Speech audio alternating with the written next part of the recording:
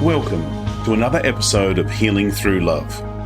Each week, we share ideas, experiences, and resources to increase the awareness of domestic and family violence and to empower survivors to grow and thrive. We talk with experts who share their advice, or with people who have experienced abuse, no matter where they are on their journey. This is all about healing through love. And now, here are your hosts, Sharlene Lynch and Rose Davidson.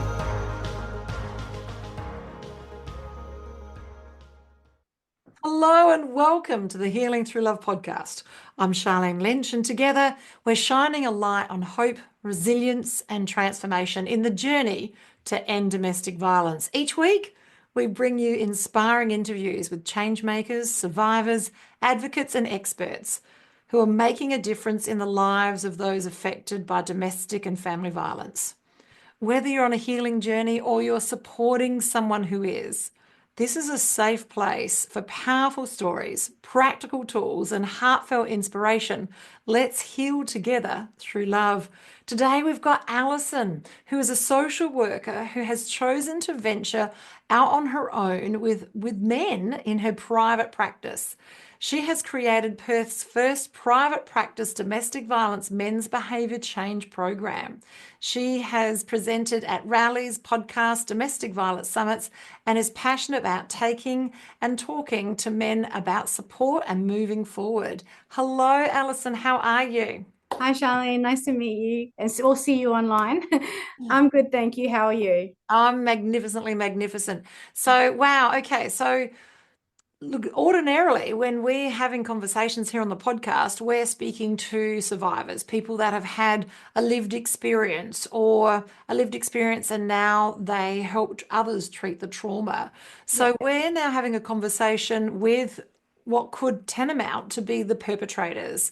And in your eyes, from my understanding, is that they could also be a victim circumstance as well. So let's start with why this? Why this? Actually, funnily enough, when I was doing my master's in counselling many moons ago, pre-COVID, I was one of the things in one of the units that we were encouraged to do was to pick out our most problematic trigger client, because the whole idea was that we're all going to have trigger clients and we need to be able to work with those trigger clients whether we like it or not, and we have to build the resilience or the capacity to hold space for them. So my trigger client, funnily enough, was when I described it, like a man who's like quite big, because I'm like 5'3", I'm like a little shorty. So like this big, broad dude that, is quite like overbearing, talks over me, that would be only, invested in like his own needs and his own self and not caring about his family, and domestic violence, someone that employed domestic violence as a means to kind of get control in his family. So I picked it out, and then they said to me, now go and choose someone from group that can represent that person, because you've got to now act it out. And I was like, oh crap. So I chose a friend of mine who's quite tall, and he sat down in front of me, and he's a like ex-drama student. So he just starts playing this role like he should be in that movie, where the guy yells out, Stella. I can't remember what the name of the movie is, but this guy could be getting an award for that. That's how good he is. And I just sat there frozen. Like I was smiling and nodding like as counselors do. I'm like, and nothing else was coming out of my mouth.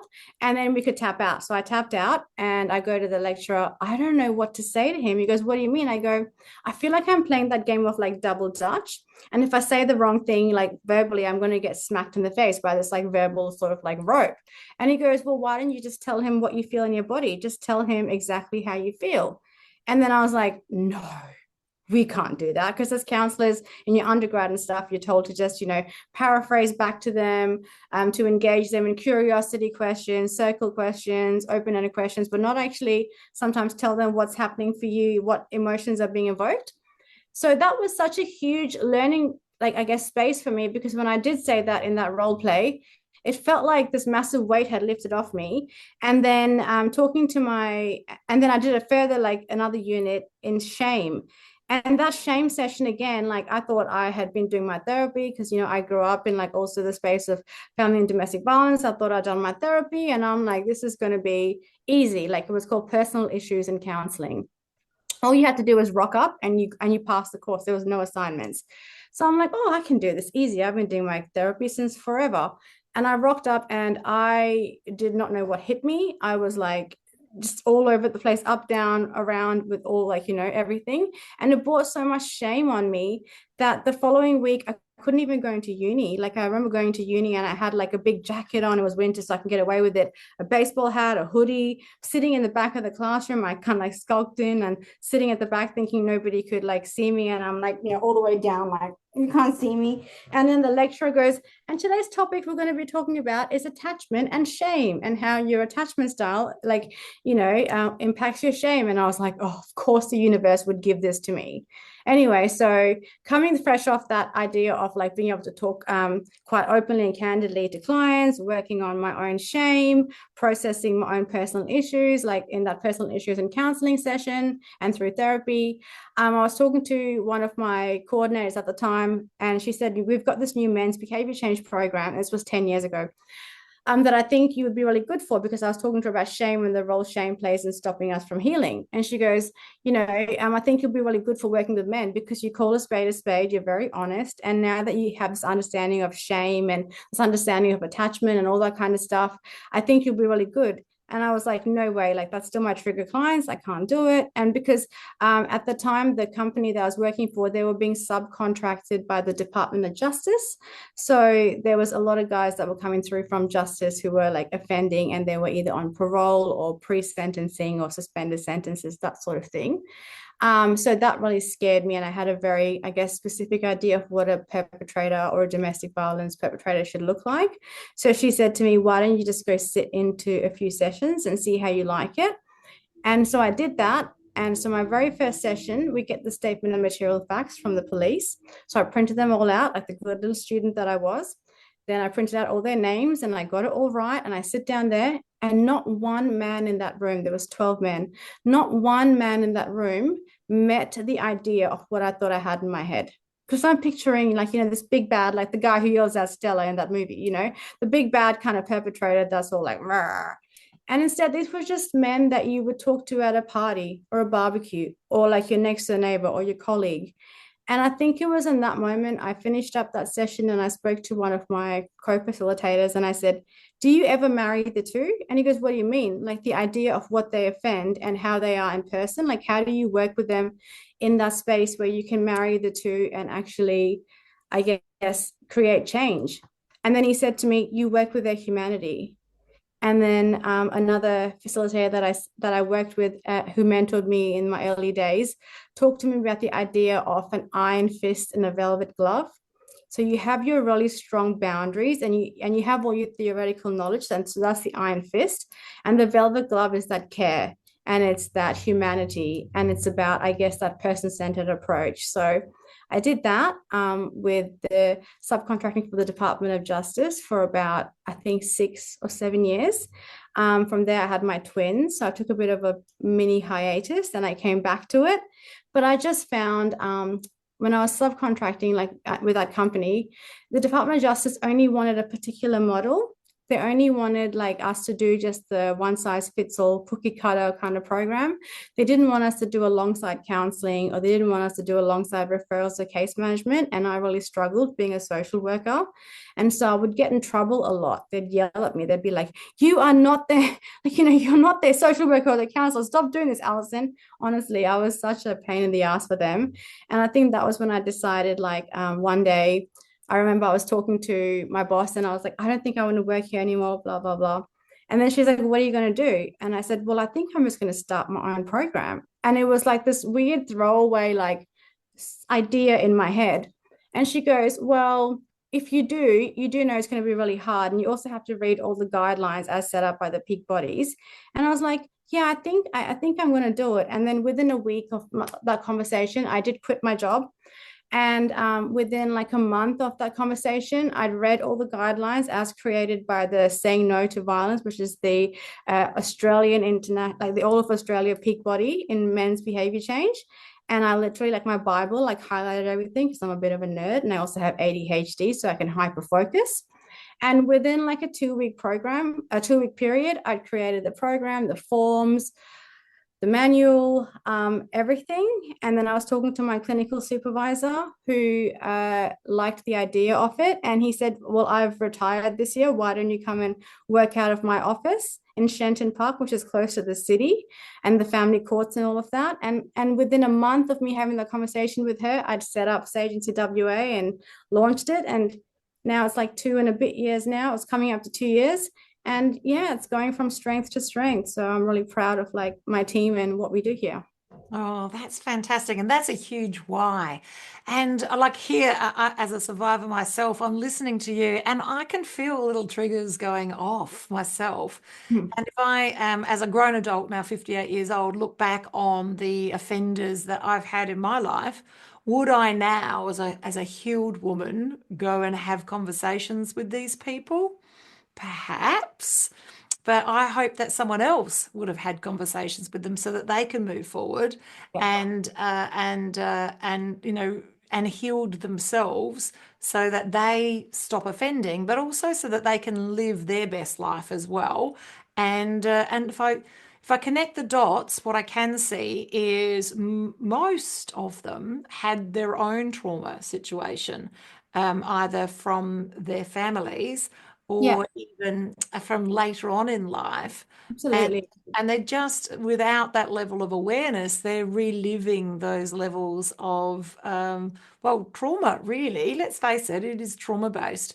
So it's fantastic. And there isn't enough of this helping the perpetrator so that they can not offend, so that they can live their best life. And so we can keep the jails empty, let's face it. So this is Yeah. fantastic. Have you got hopes to make this a bigger venture and have it maybe delivering online and perhaps maybe to other areas as well in other parts of Australia? I mean, I think because, COVID opened up the world in so many ways that technically I could deliver the program because it's now created like across the world if I wanted to. There is, that absolute possibility.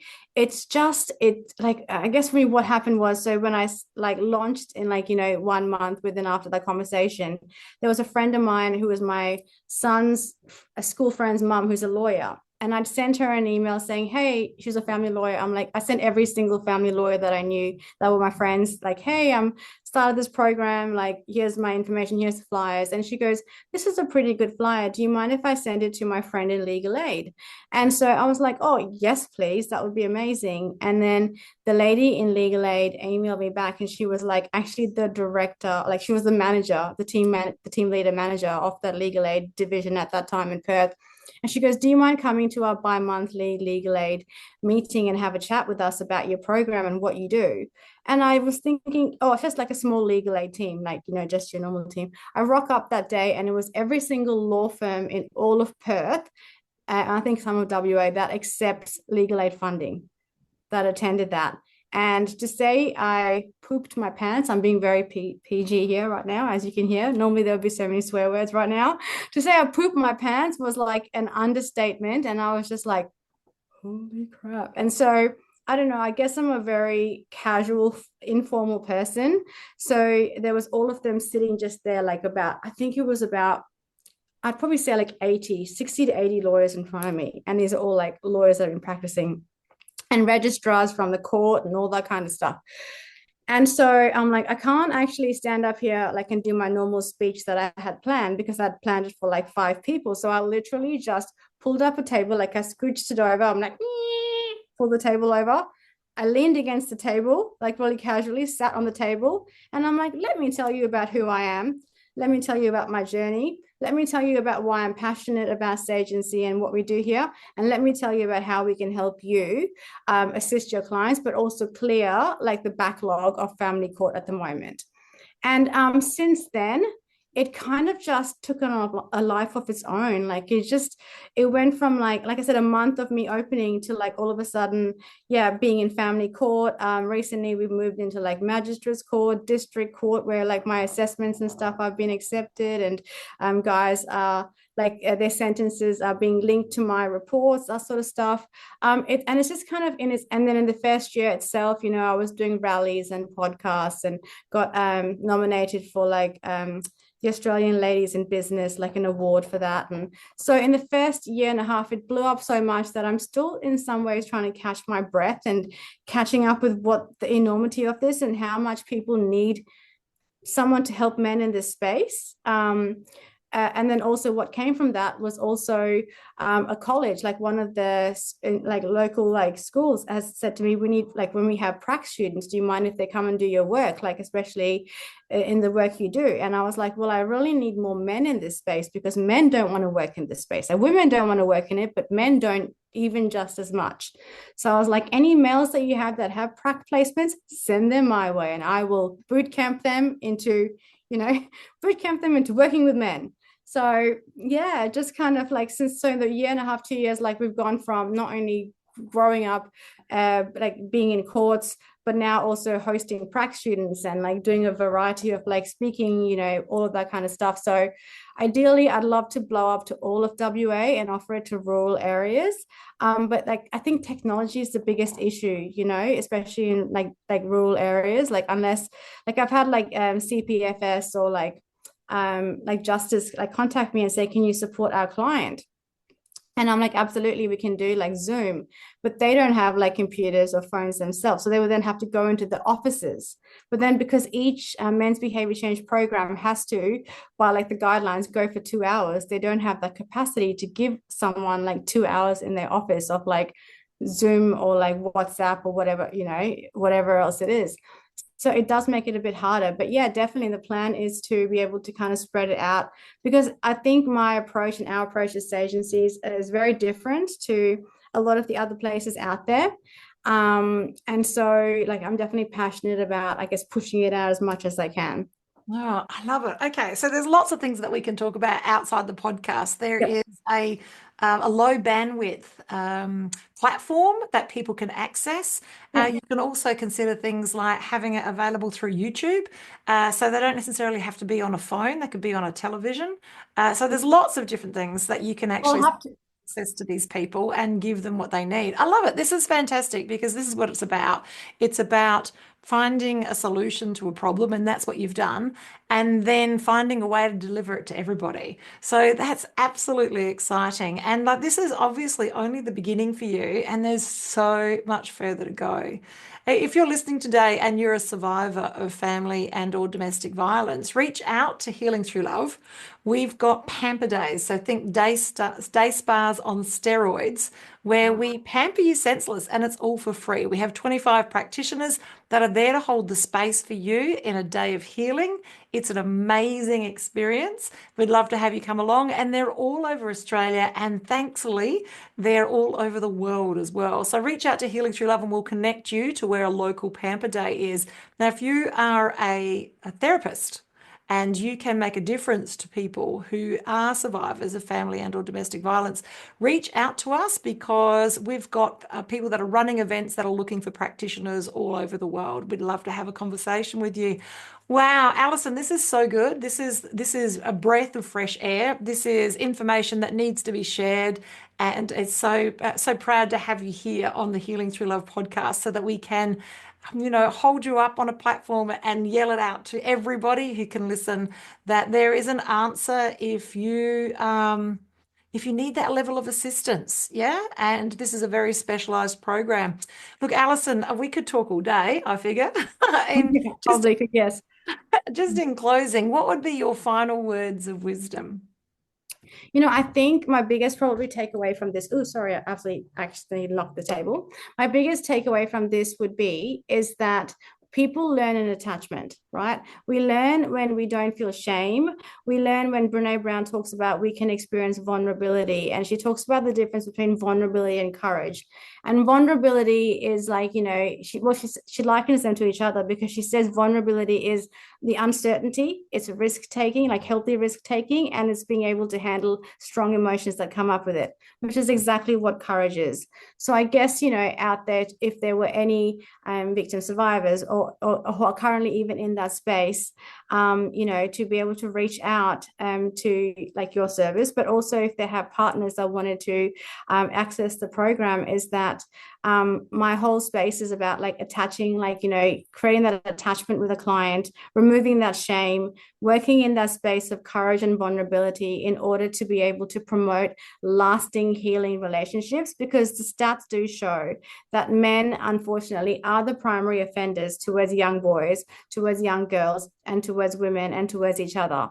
So if we can kind of, I guess, change some of those stats and work with men to kind of fix it at the root of the problem, as I call it, to me, that would be my life's work. And I always say to people, I guess my lasting message is that I see Sage and CWA as my love letter to my children, because I have 3 boys and a girl.